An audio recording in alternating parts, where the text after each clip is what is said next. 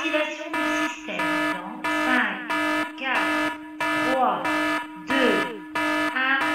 Bonjour et bienvenue sur la chaîne YouTube Mission Immersion. Dans cette vidéo, on va voir un accessoire qui permet de faire des scénarios multiples avec plusieurs objectifs. Grâce aux possibilités de cet accessoire, il est possible de l'utiliser pour de la course d'orientation et aussi dans le milieu éducatif, pourquoi pas. Je vous donnerai à la fin des exemples. Il existe un modèle bien plus discret pour les domaines qui ne nécessitent pas d'esthétique. L'exemple que je vais vous montrer ne représente qu'une partie des possibilités de l'accessoire. Seule la personnalisation des sons et votre imagination détermineront la limite de cet accessoire.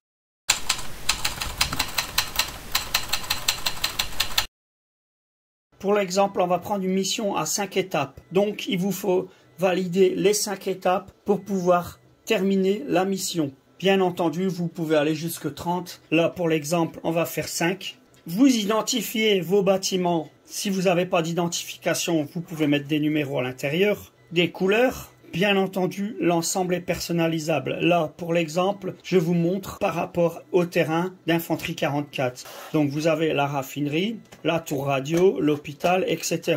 Donc, tous vos bâtiments sont repérés soit par des numéros, soit par des couleurs. Ça forcera les joueurs à se déplacer, à identifier les lieux et à en prévenir le porteur de la valise. On enlève l'accessoire de mission standard. Je viens y brancher l'accessoire multimission. On serre les vis à main. Vous voyez que c'est très simple de changer d'accessoire. Surtout, on serre à la main et non avec un tournevis. On met sa cartouche de jeu et sa clé USB avec les sons. Petite parenthèse, voici les nouvelles versions des clés qui vous seront fournies avec le pack standard avec une petite flèche noire pour que ça soit plus visible. Bien entendu, vous aurez accès à cette petite flèche noire pour l'imprimer et la rajouter sur votre clé. Pour lancer la mission, on insère la clé bleue. Il s'agit d'une mission de sabotage. Votre objectif sera de déposer des explosifs dans des bâtiments ennemis. Pour cela, une équipe d'infiltration Alpha a été envoyée pour désactiver tout moyen de communication afin d'éviter que l'ennemi appelle des renforts. Alpha, à vous, je vous signale que les moyens de communication de la raffinerie ont été rompus. Dirigez-vous vers la raffinerie. Donc là, on informe toute son équipe, direction la raffinerie ou direction l'objectif de votre mission. On va à l'objectif, on l'effectue, on valide. Confirmation du dépôt des explosifs. Votre prochain objectif se trouve au favela. Bien sûr, le joueur peut réentendre l'objectif s'il a oublié en réinsérant la clé bleue. Confirmation du dépôt des explosifs. Votre prochain objectif se trouve au favela. On va à l'endroit que vous avez indiqué dans votre fichier audio où on va effectuer la mission qui est demandée. Et on la valide avec le badge qui est sur place. Ça peut être un joueur à tuer, par exemple, dès que vous l'avez tué, vous récupérez son badge et vous le validez. Confirmation du dépôt des explosifs.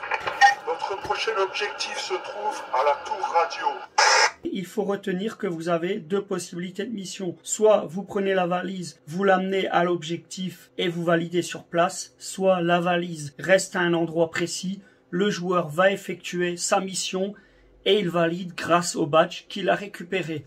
Ça peut être des tâches à effectuer sur place pour pouvoir obtenir le badge afin de valider et marquer des points. En fonction de comment les joueurs vont utiliser la valise pendant la partie, des points seront cumulés ou retirés. Si vous utilisez les points, il est important qu'on voit les fonctions de la clé rouge. On peut très bien dire que vous utilisez une aide extérieure au cas où vous n'arrivez pas à effectuer la tâche ou la mission qui est demandée. Dans ce cas-là, c'est la clé rouge qui intervient. Grâce à la clé, l'orga va pouvoir signaler qu'une aide extérieure a été demandée pendant la mission. Il utilise la clé pour signaler que vous avez utilisé une aide extérieure, ce qui vous fait perdre, bien entendu, des points. Vous venez d'utiliser une aide extérieure. Des points vous seront retirés. Donc, dans un premier temps, vous devez comprendre que dès que vous validez une zone, vous avez un son qui va se lancer. Ce son est censé indiquer la mission à effectuer ou la tâche à effectuer. Vous devez savoir que la clé rouge va lancer un son supplémentaire qui peut être un indice ou une indication pour aider le joueur. Mais l'utilisation de cette aide fera perdre des points à l'équipe. ce qui permettra en fin de partie, quand vous échangerez les rôles, de déterminer qui a gagné grâce aux points indiqués. Exemple simple, le joueur doit aller à un endroit chercher des objets ou chercher un code, mais s'il ne trouve pas par rapport à vos indications, il fait appel à une aide extérieure. Il rentre la clé, l'insertion de la clé va lancer le son qui va lui indiquer où se trouvent les objets ou où se trouve le code. Bien entendu, pour avoir la suite des opérations, il sera obligé de valider sa mission. Par exemple, pour du roleplay, les joueurs doivent effectuer une mission, ils ont besoin de munitions ou d'argent, je sais pas. Ils vont voir des PNJ, ils utilisent la clé, ils il récupère des billes ou de l'argent. Comme toujours, si vous comprenez le fonctionnement, la seule limite sera votre imagination. Ici, vous avez le nombre de missions à effectuer pour finir. Donc ici, c'est 6. Ici, vous avez le nombre de missions que vous avez déjà effectuées ou d'étapes. Et ici, vous avez 0 point. Ce petit i indique que vous n'avez pas utilisé d'indice ou d'aide extérieure. On verra ça après. Donc, je valide ma première zone. Confirmation du dépôt des explosifs. Votre prochain objectif se trouve au favela. Donc, on a validé la première zone. On a 10 points. On valide la deuxième. Confirmation du dépôt des explosifs. Votre prochain objectif se trouve à la tour radio. Donc, j'ai 20 points car j'ai validé 2 étapes. Vous venez d'utiliser une aide extérieure. Les points vous seront retirés. Donc on peut constater on a perdu 5 points. Dans le cas où vous allez au mauvais endroit et que vous validez la mauvaise étape de mission, la position que vous venez de valider n'est pas correcte. Veuillez diriger vers la bonne zone. Donc ici le fait d'avoir validé une mauvaise zone, j'ai perdu 10 points. Plus des points perdus si vous validez une mauvaise zone, la valise restera rouge pendant toute la partie pour indiquer que vous avez fait de la merde. On continue. Confirmation du dépôt des explosifs. Votre prochain objectif se trouve à la tour radio. Confirmation du dépôt des explosifs. Votre prochain objectif se trouve à la tour de guet. Confirmation du dépôt des explosifs. Votre prochain objectif se trouve à l'hôpital de campagne. Là, je sais qu'il reste un objectif pour finir totalement la mission, donc je l'annonce. Il est préférable d'annoncer au joueur qu'il a pratiquement fini et qu'il lui reste une dernière étape. Tous les explosifs ont été posés. Je répète, tous les explosifs ont été posés. Avant de valider la dernière position, afin d'effectuer l'extraction, assurez-vous que la zone est dégagée. Validez votre dernière position. Un hélicoptère viendra procéder à l'extraction. La zone d'extraction se trouve à la casse à pneus.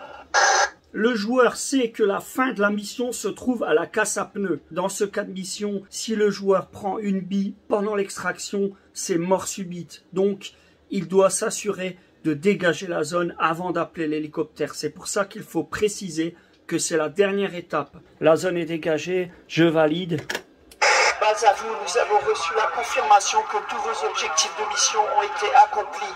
Nous envoyons l'hélicoptère sur votre position pour procéder à l'extraction. Hélicoptère Delta, nous approchons de votre position. Préparez-vous à l'extraction. 30 secondes avant la fin de l'extraction.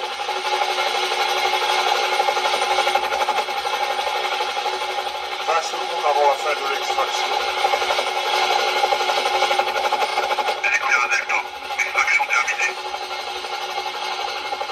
Extraction terminée. Petite astuce, ici vous enlevez la vis, il vous est possible de mettre un cadenas, par exemple à code ou à clé. Donc le joueur doit trouver la clé pour pouvoir lancer sa mission ou pour pouvoir utiliser les boutons qui ont les mêmes fonctions que les clés. Vous devez savoir que quand toutes les missions seront effectuées, à la fin, vous pouvez avoir 3 possibilités. 1, un son. 2, la sirène. 3, un accessoire externe qui va activer quelque chose dès que tout sera validé. Par exemple, si vous avez le coffre-fort branché à la slider et que vous validez toutes vos missions, à la fin, le coffre s'ouvrira. Vous savez que le laboratoire est un accessoire à venir insérer dans la slider. Sachez qu'il sera possible par la suite de l'utiliser en externe pour, par exemple, quand vous validez toutes vos étapes, à la fin, vous pouvez sortir l'antidote directement. Mais il vous faut valider un certain nombre d'étapes.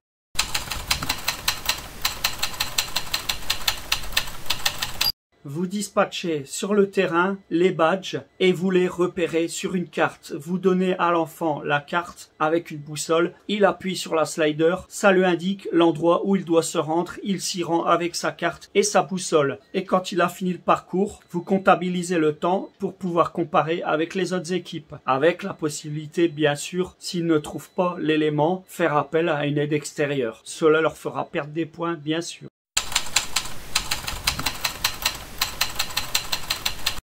Je vous ai parlé du milieu éducatif.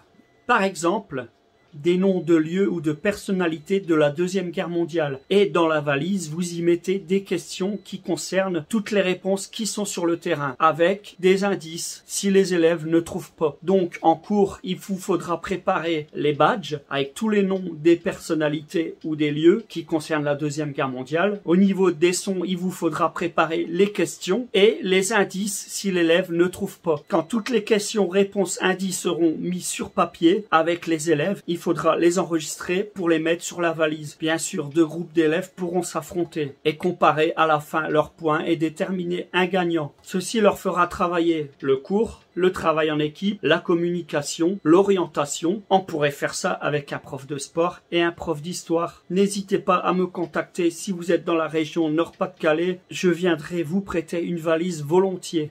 À une prochaine sur les terrains.